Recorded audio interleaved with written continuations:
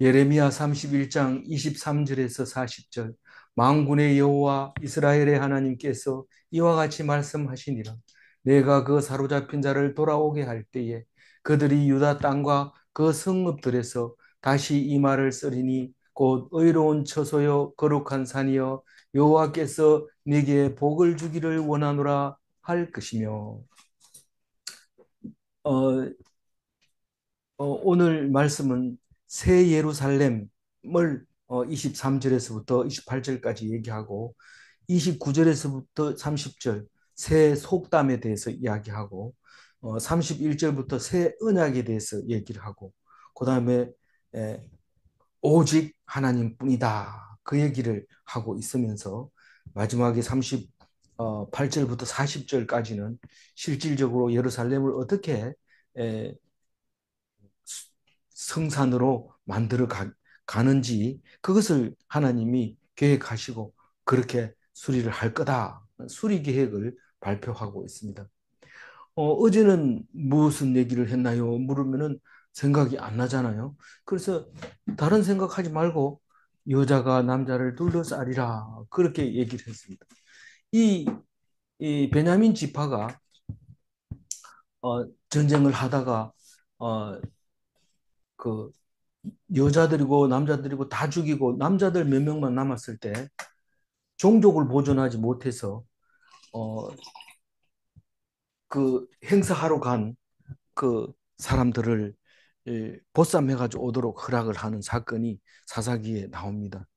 어, 성비가 조금 안 맞는다고 해가지고 그렇게 심하게 얘기하냐 이러지만 그때는 뭐 성을 전멸시키고 베냐민 지파 200명 정도만 남아 있었기 때문에 베냐민 지파가 이제 사라질 판이니까 그런 결정을 내렸다 그런 얘기를 음, 그 사사기에 기록하고 있는데 우리 이제 그날이 되면 어, 남자들이 몇 명 없고 여자들만 득실거리는데 남자 한 명 보면 삥 둘러서가지고 니는 일할 필요도 없고 나의 남편이라는 이름만 빌려줘라. 그러면 되겠다. 그렇게 했던 그때에 어떤 일이 있었나 하면 여자가 처녀가 잉태해서 아들을 낳는 이야기를 하게 됩니다. 어차피 예수님은 어, 사람의 그걸로 유전 인자를 가지고 오게 되면 우리하고 똑같은 사람이지만은 이기 때문에 하나님의 아들로 인정을 안 할 수가 있기 때문에 동정녀 남자를 모르는 여자의 몸에서 나는 것으로 하게 됐는데 지금 와가지고 얘기하면 말이 됩니다. 지금 와가지고 얘기하면 어, 여자 혼자서는 아기를 낳을 수 있어요. 남자는 못 낳아도 유전적으로 그렇게 돼 있습니다. 물론 이제 깊이 따져 들어가면 이제 복잡한 문제가 있지만 뭐 어쨌든 그렇게 돼 있습니다. 그래서 뭐 자꾸 따지고 이러면은 뭐 그렇게 얘기를 하는 것도 이미 오래전부터 있었던 이야기고 사실 지금 살살 연구를 하다 보면은 우리 인류가 성경에서는 수천 년 됐다고 그래요. 5천 년 이상 성경을 따져봐야 5천 년 이상 안 됩니다. 하나님이 이 사람을 창조하기를 5천 년밖에 안 됩니다. 그런데 인류는 실제로 근거가 이제 수십만 년 됐다고 호모사피언스가 생긴 게 50만 년쯤 된다고 말하고 있고 그 앞에 지구의 나이는 천지를 창조하는 지구의 나이는 50억 년쯤 된다고 얘기를 하고 있습니다. 그런데 사실상 그 여러 가지 이 유물들이나 이런 걸 연구하다 보면 이해가 안 되는 것들이 많이 생기는데 그게 이 수억 년 전에 있었던 사람이 있었던 것 같은 그런 기록을 보게 될 때에 새로운 학설을 또 주장하는 경우들이 많이 나오고 있습니다. 그러면 어 우리는 그 모르고 있는 지식을 가지고 아는 척 하는 것은 굉장한 교만이라는 사실을 알게 됩니다. 어제 얘기하다가 왜 엉뚱한 얘기 합니까? 이런데 사실은 여자가 여자로서가 아니라 특별한 은총을 가지고 살아갈 수 있는 게 그 끝날에 있어야 될 일들이라고 말하고 있습니다. 그래서 그 말씀을 함부로 해석해서는 안 되지만은 그러나 우리는 생각은 할 수 있습니다. 얼마든지. 그래서 그 생각을 가지고 어, 사람들을 현혹시키거나 이렇게 하면 안 되지만 우리는 얼마든지 그 날을 생각할 수 있는데 그 날이 오면 오늘 23절에 새 예루살렘을 보게 될 것이다. 근데 이 새 예루살렘은 굉장히 기분 좋은 이야기입니다. 그래서 이 하나님 말씀 받을 때 예레미야가 하나님 이 새 예루살렘에 대한 이 말씀을 받을 때 굉장히 기분이 좋았어요. 그래서 깨어나기 싫은 거예요. 막 깨어나기 싫은 그런 좋은 상황에서의 그 새 예루살렘의 환상을 보게 되는 겁니다. 그래서 단잠을 잤다. 그 얘기를 끝에 가서 합니다. 하나님이 말씀을 하십니다. 환상 속에서 계시를 하고 있는 거죠. 포로가 귀환될 때의 기쁜 말씀을 말하고 있는 거죠. 그래서 그건 딴 얘기 아니고 예루살렘에 대해서 얘기하고 있는데 예루살렘이라는 말은 안 합니다. 유대 땅과 그 성읍들이라고 얘기를 합니다. 그때 이, 이 말을 쓴다고 말하고 있는데 이 말을 쓴다는 건 사용한다. 이 말을 자주 기도한다는 거예요. 내용을. 우리가 말하는 게 사실 기도입니다. 그래서 말한 대로, 기도한 대로, 믿는 대로 이렇게 얘기하는 거죠. 기도는 믿음이 있으니까 기도하지.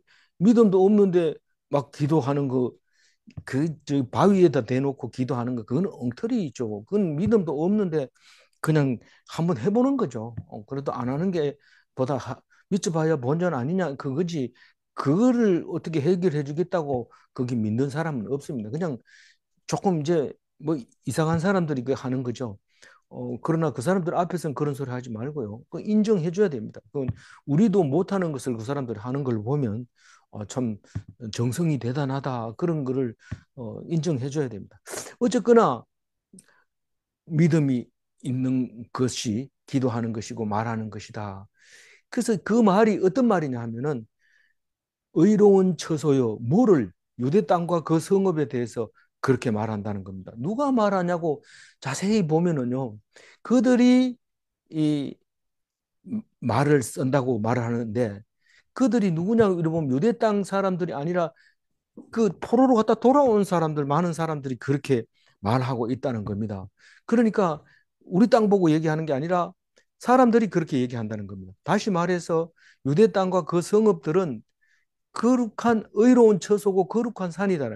그러니까 의로운 처소는 유대 땅이고 거룩한 산은 시온 산이고 그 하나님이 계시는 그곳인데 여호와께서 네게 복 주시기를 원하노라. 이 예루살렘 쳐다보면서 유대 땅을 보면서 그렇게 하나님이 복 주기를 복을 내리소서 그렇게 음, 얘기를 한다는 거예요. 보러 갔다 와가지고 그때는 그 예레미야도 그 꿈을 꾸고 나니까 참 그렇게 뭐 살지 못해서 발버둥을 치고 참 처참하던 그때를 생각하면 너무 기분이 좋은 거예요.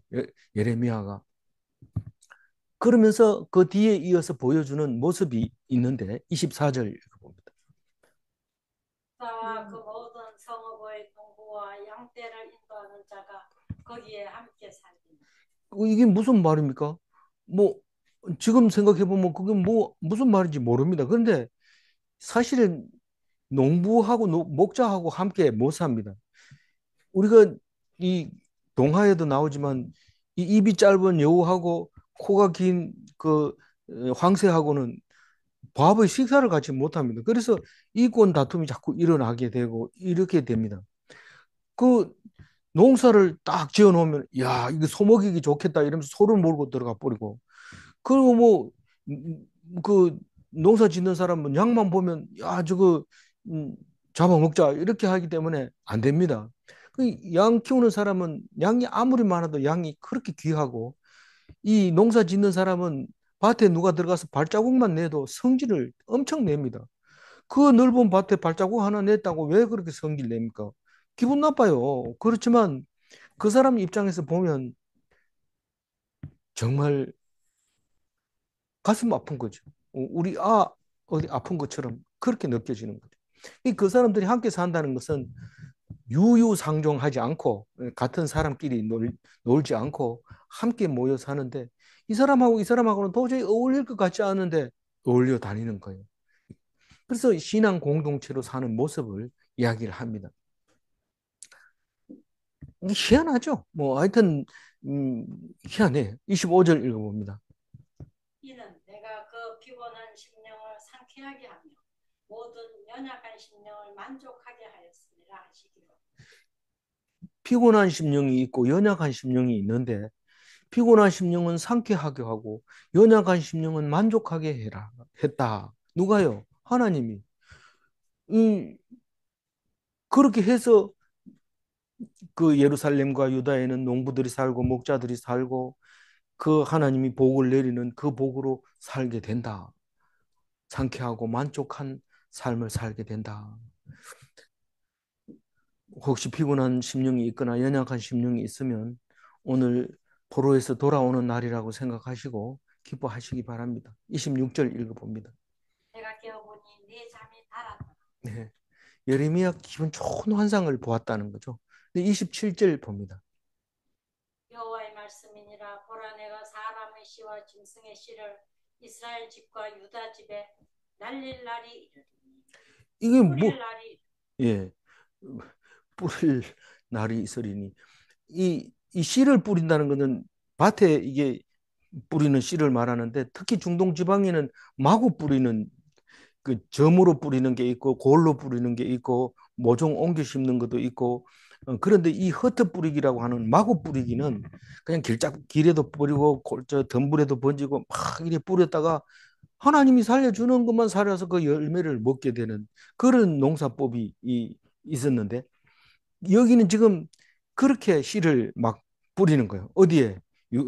유다 이스라엘 집과 유다 집이라고 말하면은 앞에서 그 예언서들을 많이 역사서 예언서를 읽었기 때문에 무슨 말인지 압니다. 야곱의 두 집을 이스라엘 집과 유다 집이라고 말하는 겁니다. 좀 짧게 적어야지 해석이 되니까 좀 짧게 간추려서 쓸 수 있는 거는 유다의 집을 새로 세우리라. 이게 27절부터의 말씀인데 북이스라엘과 남유다를 말하고 있는 거죠. 근데 사람을 새로 세우는데 사람이 어디서 났는지 막 자랍니다. 그냥 막 큽니다. 집집마다 애들이 나와서 놀고 문 열면 놀고 언제 그렇게 씨를 뿌렸는지 막 자랍니다.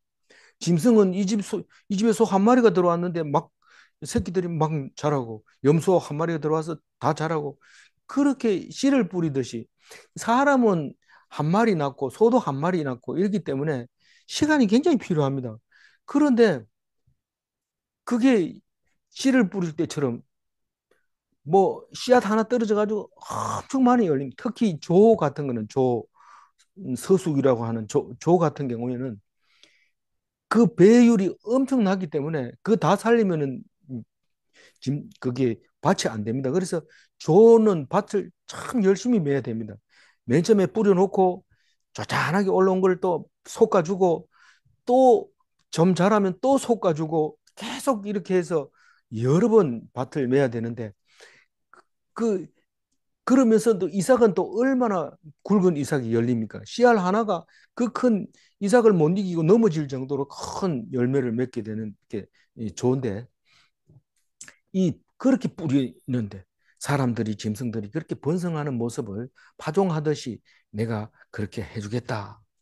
뭐 여자는 다 아기를 낳으니까 남자는 하나밖에 없었는데 무슨 아기가 저렇게 많나? 그 여자가 있으니까 중요한 거지. 남자가 아무리 많고 여자 한 명이면 안 번성합니다. 절대로. 근데 그렇지 않습니다. 씨 뿌린 것 같아요. 그냥 8절 읽어봅니다. 28절. 28절. 이어서 그들을 뿌리 뽑으며 무너뜨리며 전복하며 멸망시키며 괴롭게 하던 것과 같이 내가 깨어서 그들을 세우며 심으리라. 여호와의 말씀. 28절 말씀은 깨어서 이 말이 이제 중요한 것 같은데 이 다른 번역에도 깨어서라는 말을 문대버렸어요. 그러니까 뭉개버렸어요. 그걸 없애버렸어요. 이 뜻을 없애버렸는데 자지 않고 철저하게 하나님이 그렇게 씨를 번성하게 만든다는 겁니다. 그게 두 번이나 나오잖아요.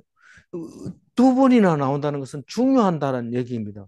하나님이 하고 있다는 거예요. 너희들이 철저하게 뽑히고 파괴되고 넘어지고 멸망시키고 괴롭힌 거 누가 했느냐? 내가 했다. 그러면 이제부터는 내가 자지 않고 철저하게 정신 차리고 깨어서 너희들을 세우며 심겠다. 이게 빨리 읽으면 이게 안 읽혀져요. 이게 무슨 막 이 앞에 막 얘기하다가 끝에 한마디 딱 쓰기 때문에 무슨 말인지 몰라요. 그러니까 그동안 고생한 만큼 지금 기쁨이 배로 넘치는 거죠. 배로 넘칩니다. 하나님이 그 생태계를 이렇게 조율을 할 때는 스스로 막 빠져 죽도록 그렇게 만듭니다.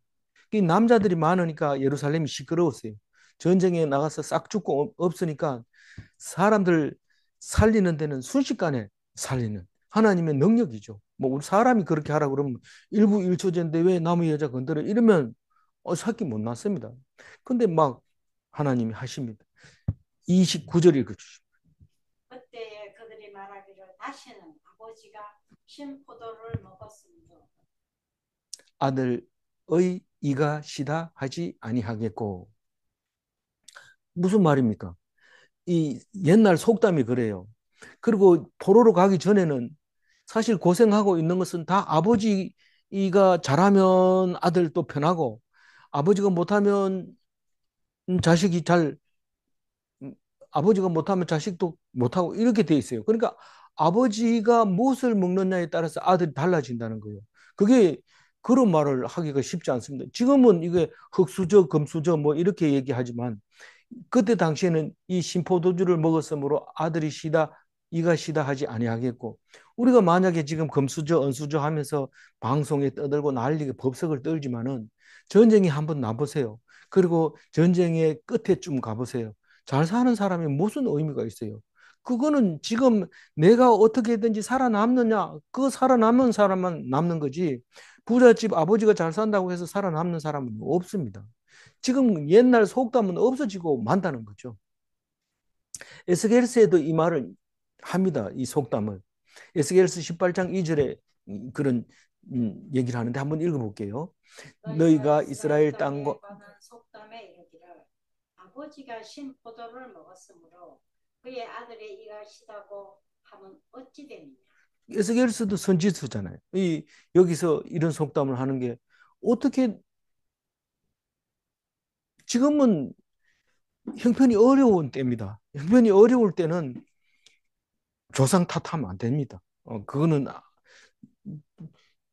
좋을 때는 아버지 준 유산 가지고 잘 살 수 있죠. 그렇게 안 된다는 거예요. 그래서 30절 같이 얘기합니다.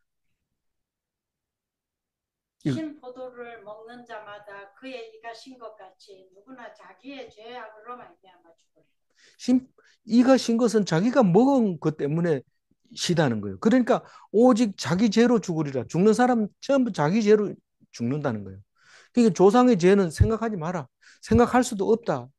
지금 남자가 많을 때는 자기 조상이 누구고 그 지파가 누구고 누구의 계급이 높고 그걸 따지지만 이제 없는 상황에서 자식이 막 자라고 있는 상황에서 그 자식들이 조상이 누군지를 어떻게 알고 몰라요. 알지도 뭐 알면 알겠지만 그거 따지지 말고 지금 오늘 새 출발해라. 새 속담을 지금 만들어낸다는 거예요.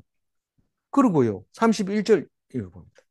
여호와의 말씀이니라 보라 날이 이르리니 내가 이스라엘 집과 유다 집에 새 언약을 맺으리라.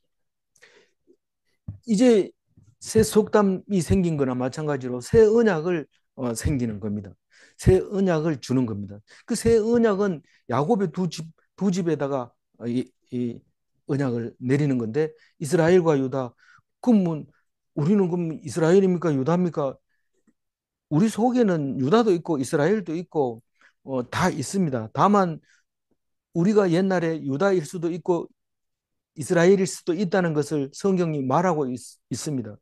나는 유다야, 너는 이스라엘이야. 이렇게 얘기해도 안 되고, 거꾸로 얘기해도 안 되고, 이거는 누구든지 이럴 수도 있고 저럴 수도 있는데 그 속에 다 들어있다는 겁니다. 우리는 예수님을 죽인 사람일 수도 있지만 우리는 예수님 닮은 사람, 예수님 입장에서 살아가야 됩니다.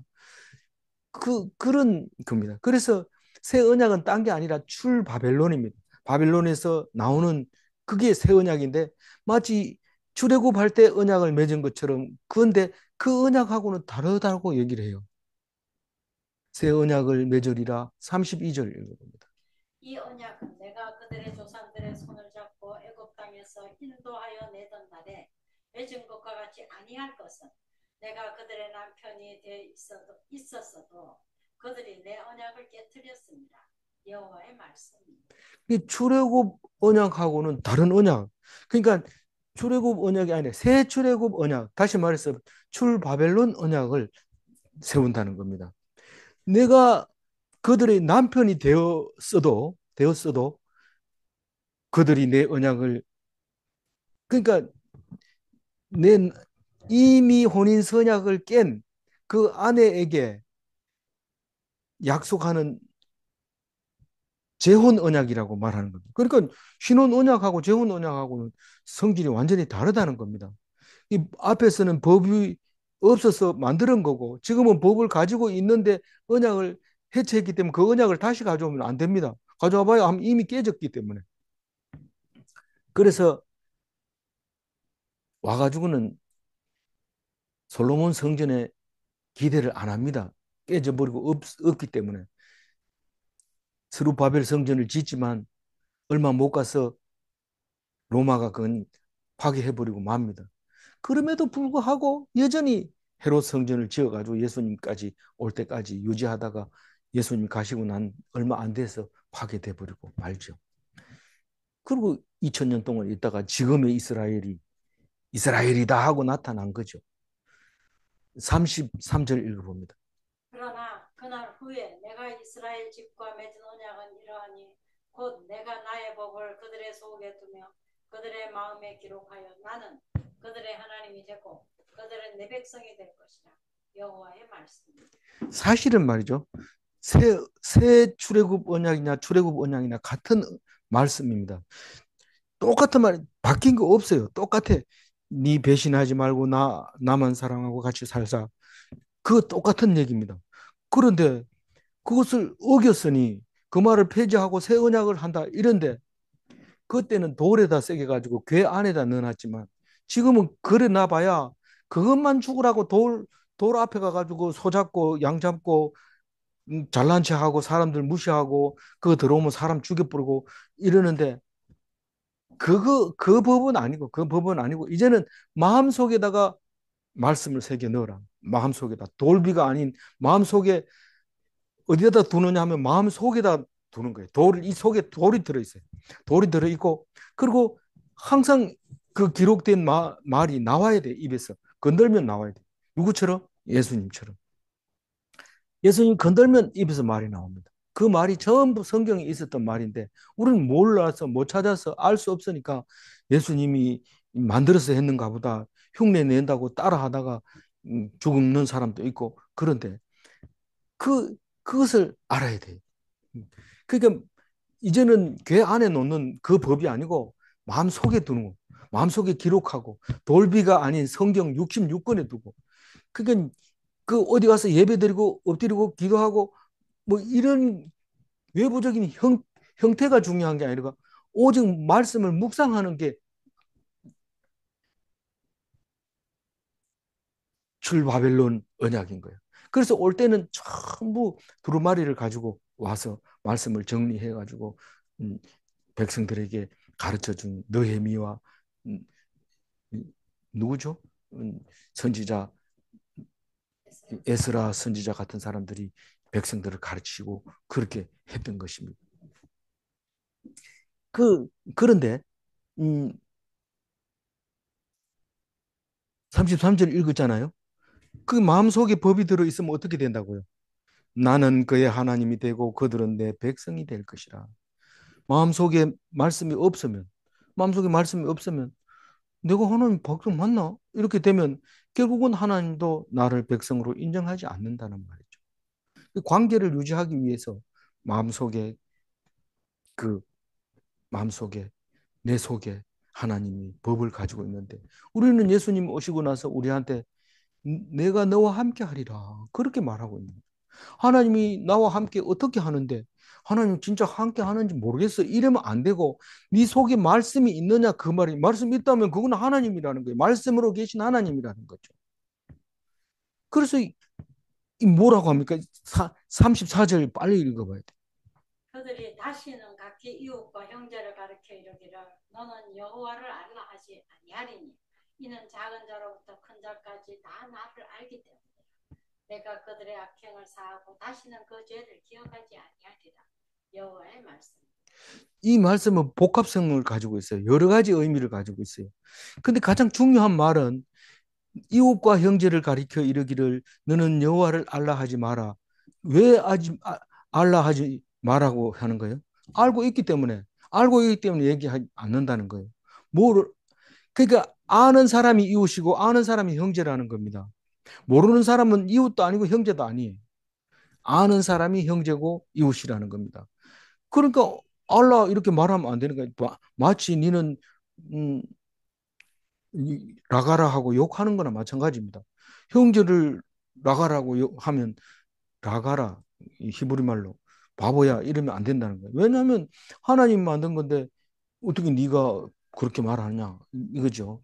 그래서 그 알라고 얘기하지 않는다는 거예요. 그럼 우리가 전 사실 음, 뭐 엑스폴로 74인가요? 73인가 74인데 그 자료를 보니까 73으로 또 나와 있더라고. 그게 잘못된 것 같아.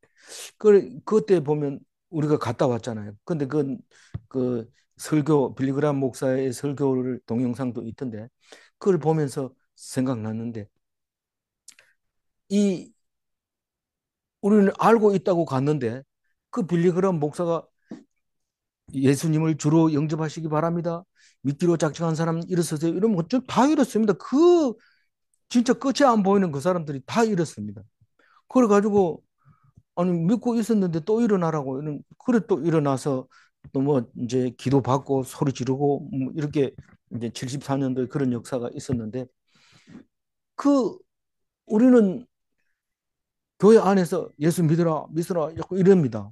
사실은 뭐 밖에 나가서 그런 말을 해야지 안에서 그렇게 해도 되느냐 이러지만 사실 다른 의미로 그렇게 말할 수도 있습니다. 그러나 오늘 34절 말씀은 아는 사람이 하나님의 백성이다. 작든지 크든지 상관없다. 높든지 낮든지 상관없다. 하나님을 알면 같은 형제고 이웃이고 그 이웃에게는 하나님을 알라 하지 마라. 하나님을 아는 것으로 이웃이 되고 하나님을 아는 것으로 형제가 되는 것이다. 그럼 모르면 네 아버지가 누군지 아냐 이렇게 물으는 형 보고 그렇게 물어보는 거나 마찬가지가 되는 거죠. 그러니까 그거는 말 자체가 틀린 말이죠. 그래서 지위에 관계없이 그렇게 되는데 어, 그러니까 하나님을 아는 것은 제사함을 받았다는 거예요. 돌아섰다는 거예요. 하나님 편으로. 하나님을 잊어버리고 세상 편으로 살던 사람은 악행을 한 사람이고 그 사람은 죄가 있는 사람인데 하나님께 돌아서면 죄사함을 받았고 죄가 없는 사람이 된 거예요. 그래서 다시는 죄를 기억하지 않는 사람이 된다. 이게 복합적인 내용이 34절에 들어있지만 사실 굉장히 에, 오랫동안 시간을 끌면서 묵상해야 되는 겁니다. 그래서 제사함 받은 자만 성도라는 거예요. 종교가 아니라는 거예요. 종교는 몰라도 가가지고 빌기만 하면 음, 완성할 수 있어요. 그러나 모르고 절하는 건 아무 의미가 없는 거예요. 음, 저 복음성 가사에도 뜻없이 무릎 꿇는 그런 무릎이 아니라는 거예요. 그래서 하나님의 백성에 대해서 34절에 분명히 얘기하고 그게 새 언약이라는 거예요. 그게 새 언약. 내가 유대인으로 태어났으니까 유대인이 아니고 내가 제사를 지르니까 유대인이 아니고 그게 아니고 마음속에 하나님을 모신 신비를 간직한 사람만 성도다. 그렇게 얘기를 합니다. 35절 읽어볼게요. 여호와께서 이와 같이 말씀하셨느니라. 그는 해를 낮에 빛으로 주셨고 달과 별들을 밤의 빛으로 정하셨고 바다를 뒤흔들어 그 파도로 소리치게 하느니 그의 이름은 만군의 여호와이고 해를 낮의 빛으로 주셨고 밤에 밤에 해를 주면 어떻게 됩니까? 밤이 아니고 그건 낮입니다. 해가 있는 곳이 낮입니다. 하나님이 만드셨습니다. 누구 마음대로 한 게 아니고 하나님이 하셨어요. 달과 별을 밤의 빛으로 정하셨어요. 가끔은 달이 안 보이기도 하지만 달은 꼭 밤에 뜹니다. 낮에도 뜨지만은 해가 있어서 빛이 안 납니다. 바다를 흔드니까 파도가 쳐서 사람들이 바닷가에 가면 시끄러워서 잠을 못 자는 사람도 있습니다. 쉬지 않고 바다를 흔듭니다. 어느 시편에는 노야단이 음, 화가 나서 파도를 친다 그러는데 하나님이 흔드니까 파도를 치는 거죠. 그게 누구라고요? 만군의 여호. 1만 만자를 씁니다. 엄청 많은 만군이 뭐 많습니까? 50만 대군입니까? 뭐 그런 군대가 있어도 만군의 대통령이라고 하지 않잖아요. 근데 하나님은 만군의 여호와입니다. 근데 이게 뭔 의미가 있는지 이제 36절, 37절에 얘기를 하고 있습니다. 큰 얘기입니다. 읽어봅니다. 이 법도가 내 앞에서 폐할진대 이스라엘 백성 자손도 내 앞에서 끊어져 영원히 나라가 되지 못하리라. 여호와의 말씀입니다. 만약에 어떤 사람이 하나님이 지금 돌보고 계신다. 천지를 창조하시고 잘하고 계시는지 본다. 다시 말해서 동해 안에 수온이 1도 상승했는데 엄청난 생태계를 교란시키고 있다. 이렇게 하면 우연히 그렇겠지. 그렇게 한다면 그건 하나님 나라를 보지 못할 사람이에요. 하나님을 믿지 않는 사람이에요. 하나님이 천지를 만드시고 하나님이 하고 계신다는 것을 알아야 됩니다. 그럼 하나님이 하는 거니까 우리는 아무것도 안 하고 손 놓고 있으면 되겠네. 기도하시면 하나님이 하라고 하는 일이 생각이 납니다. 그걸 하면 됩니다. 근데 내 앞에서 폐할진대 이 말은 이 법도를 폐한다는 것이고 그 법도는 진리를 포기한다는 거고 진리를 모른다는 것입니다. 진리를 없애버리고 무시하고 폐하면 누가 그랬어요? 본디오 빌라도가 진리 얘기하니까 진리가 뭐고 이렇게 물어봅니다. 그럼 예수님 대답 안 합니다. 그러면 그 사람 예수님 십자가에 답니다.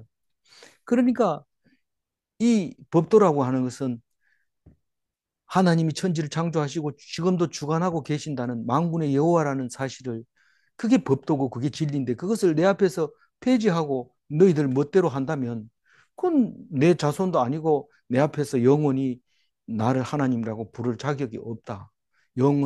영원히 나라가 되지 못한다. 그렇게 말하고 있는데 그 앞에 얘기하고 뭐 관계 있을까요?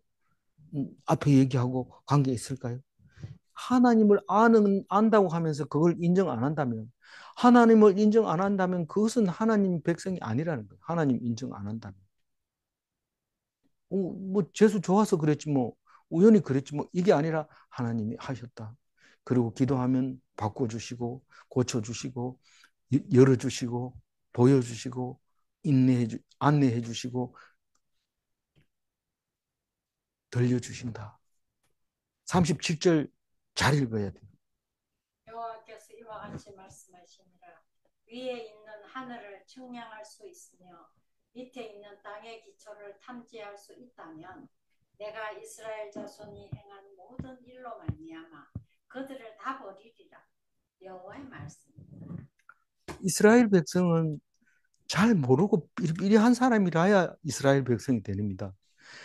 하늘을 만들지는 못해도 하늘 위에 있는 거 다 측량할 수 있으면 은하계가 있고 화성이 있고 태양계가 있고 그 더 멀리 가면 뭐 엄청난 거 있는데 그거 몇 킬로미터인지 다 측정할 수 있고 땅 밑에 기초가 뭐 있는지 이 제일 밑으로 내려간 게 수 킬로미터 바다 밑에 그거밖에 못 내려갑니다.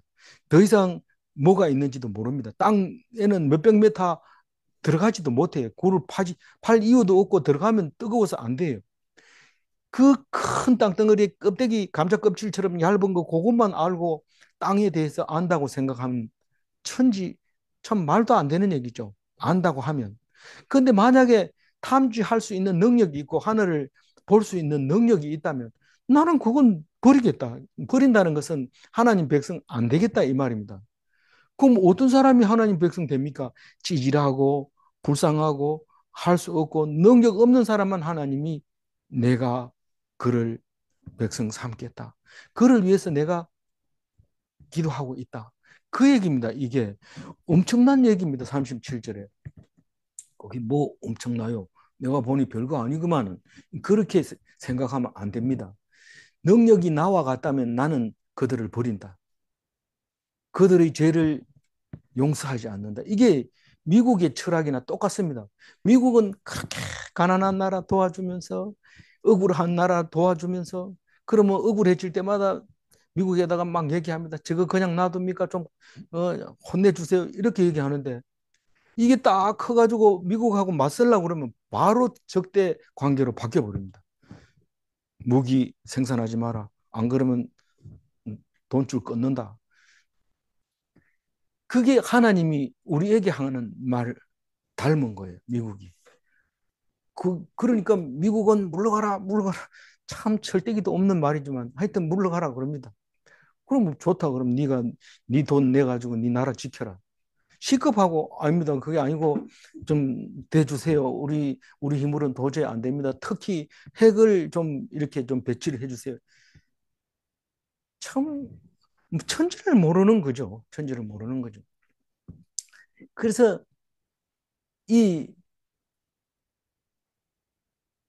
아내도 마찬가지입니다. 남편이 아내를 사랑할 때는 내가 도와줘야 된다. 내가 데리고 살아야 된다.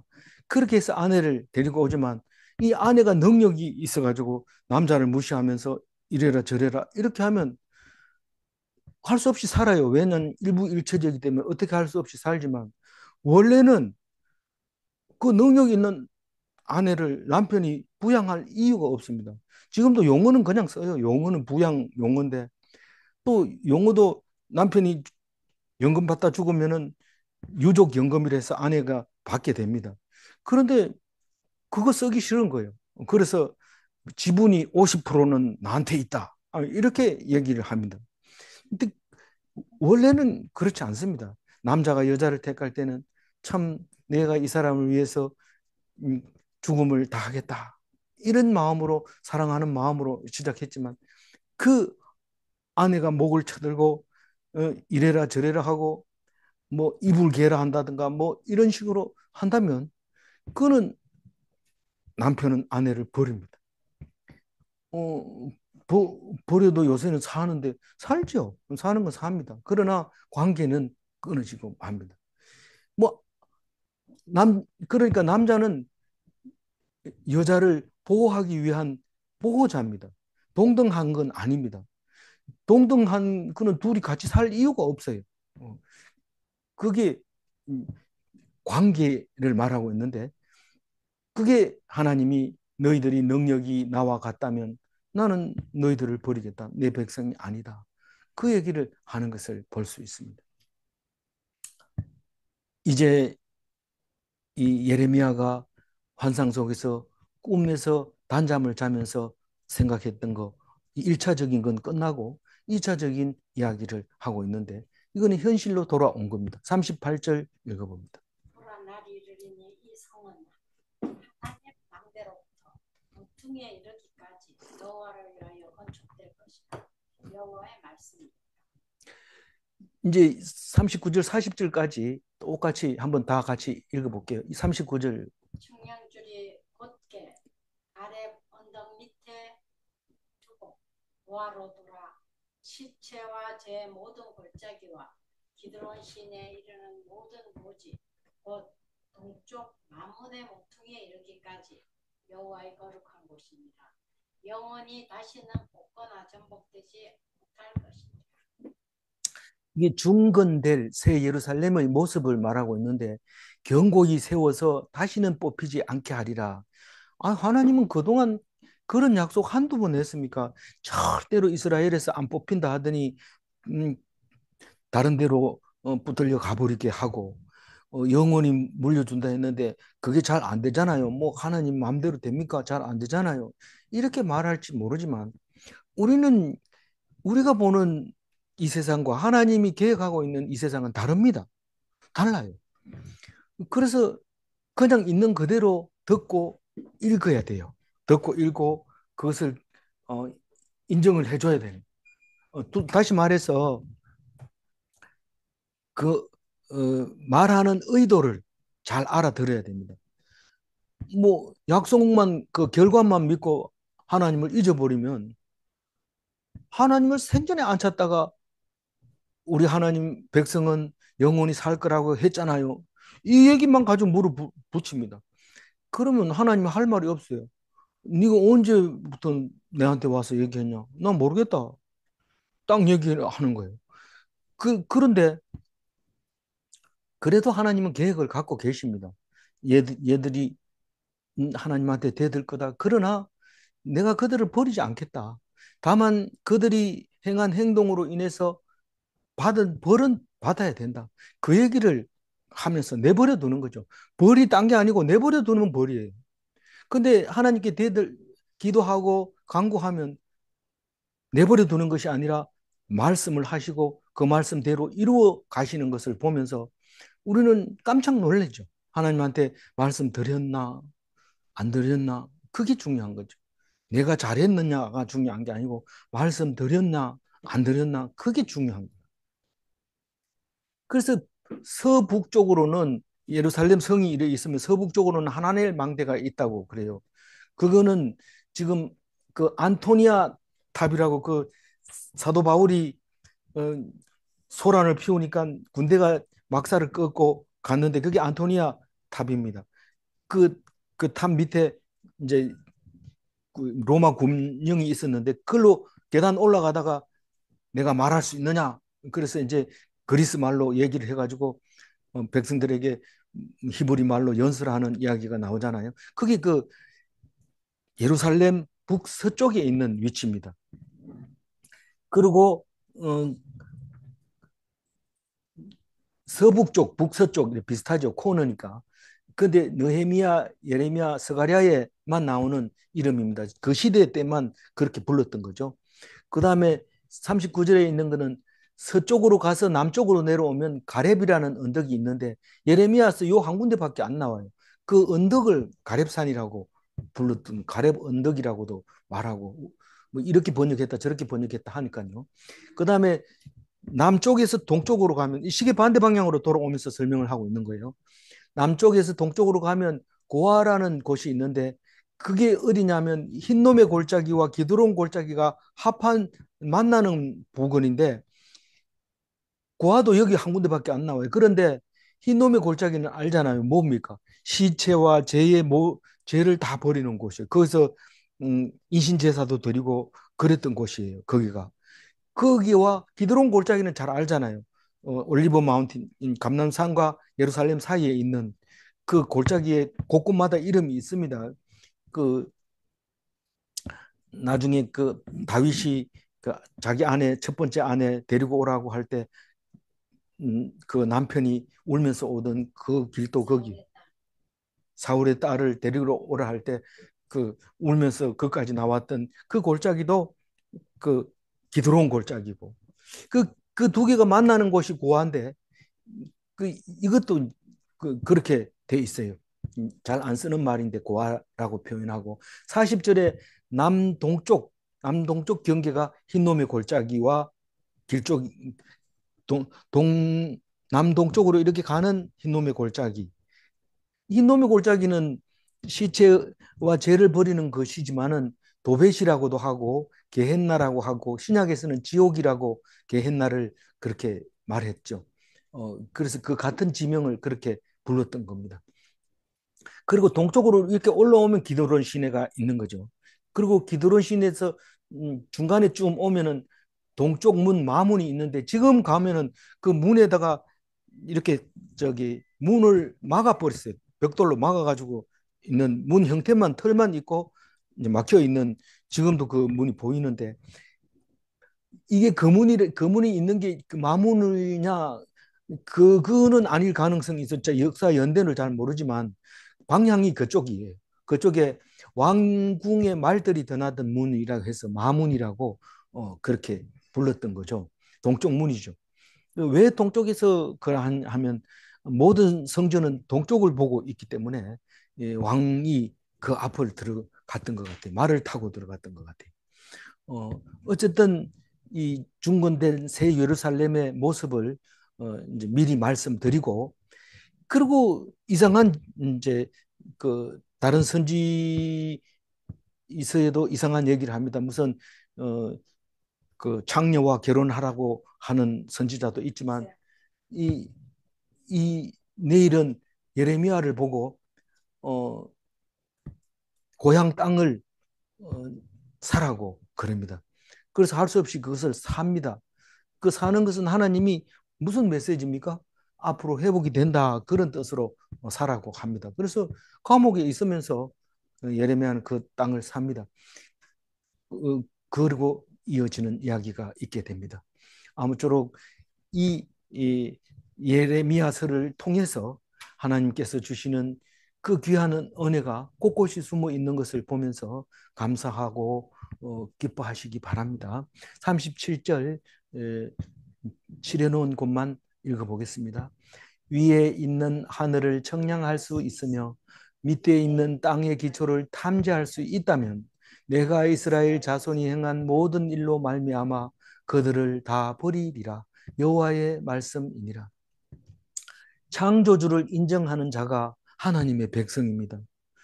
하나님이 뭐 천지를 창조했어요. 이러면 그건 하나님의 백성이 아니니까요. 얘기할 필요가 없는 거죠. 만유의 주인이심을 믿는 자가 하나님의 종입니다. 창조하시고 지키시고 관리하고 계시는 겁니다. 질문합니다. 하나님은 잣대를 가지고 평가하는 것을 기뻐하지 않는가? 기뻐하지 않아요. 왜냐하면 그 잣대가 자기 기준에 사람마다 다른 잣대를 가지고 있기 때문에 그것은 기뻐하지 않아요. 오직 나만 믿고 의지해라. 잣대 필요 없다. 내가 주는 대로 먹고 그래라. 그겁니다. 근데 줄 때마다 감사해야 되죠. 그럼 더 좋은 걸 주시죠. 질문 2. 하나님은 교만한 자를 꺾으시고 불쌍한 자를 도우시는가? 그렇습니다. 기도하겠습니다. 하나님 감사합니다. 우리는 말씀 아니고서는 들을 수 없는 이야기를 말씀 속에서 듣게 해주시고 그 말씀이 우리를 깨끗하게 하시고 기분 좋게 하시고 기뻐하게 해주셔서 감사합니다. 우리는 성경이 아니고서는 이런 말을 할 수 있는 사람도 없고 들려주는 사람도 없습니다. 그러니 이 말씀 꼭 붙잡는 시간 놓치지 않게 하시고 말씀 속에서 복을 얻는 행복한 그리스도인이 되게 하여 주옵소서. 내일도 지켜주시고 모레도 지켜 주옵소서. 감사하옵고 우리 주 예수 그리스도 이름으로 기도 올리옵나이다. 아멘.